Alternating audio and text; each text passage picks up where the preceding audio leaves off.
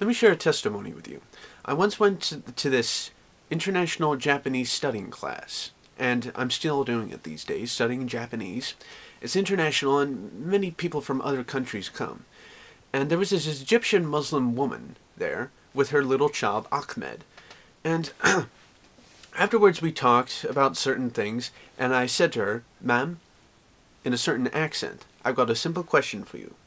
Do you hate Israel?" And she said, "Yes, they're Palestinian land, that's our land," you know, stuff like that. I said, "Well, how about the time when the Babylonians carried the Jews off to Babylon as slaves? Or how about when during the Roman Empire, the Romans obliterated Israel and left it as a wasteland for like 1800 years?"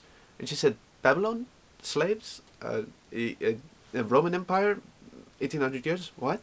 And I said, "Well, how about the time when the Hebrews were slaves down in Egypt?" And she said, "Egypt? Slaves? What? I don't understand." History is important, people. This gave me a full understanding that a lot of Arabs these days are not showing Jewish history, persecution, and so on. They just like to brainwash themselves into performing, I mean, come on, 21st century Jewish holocausts still? Come on, this is 21st century. We ought to leave the Jewish people alone. And by the way, if the Middle East ever wants to make peace, then they really ought to give up their homicidal, fanatical, superstitious, annoying, irritating cult of anti-Semitism and gospel denialism. Alright? And so this is just so sad how many people are not introduced to Jewish history these days. I mean, I love Jews. I love them so much. And basically, I love looking at Israel and thinking, wow, that's where the Ark of the Covenant is. Wow, that's where the chosen people of God are. Wow, that's where the slaves from Egypt came from. Wow, that's where Joshua fit the battle at Jericho. Wow, that's where, you know, Moses and so on.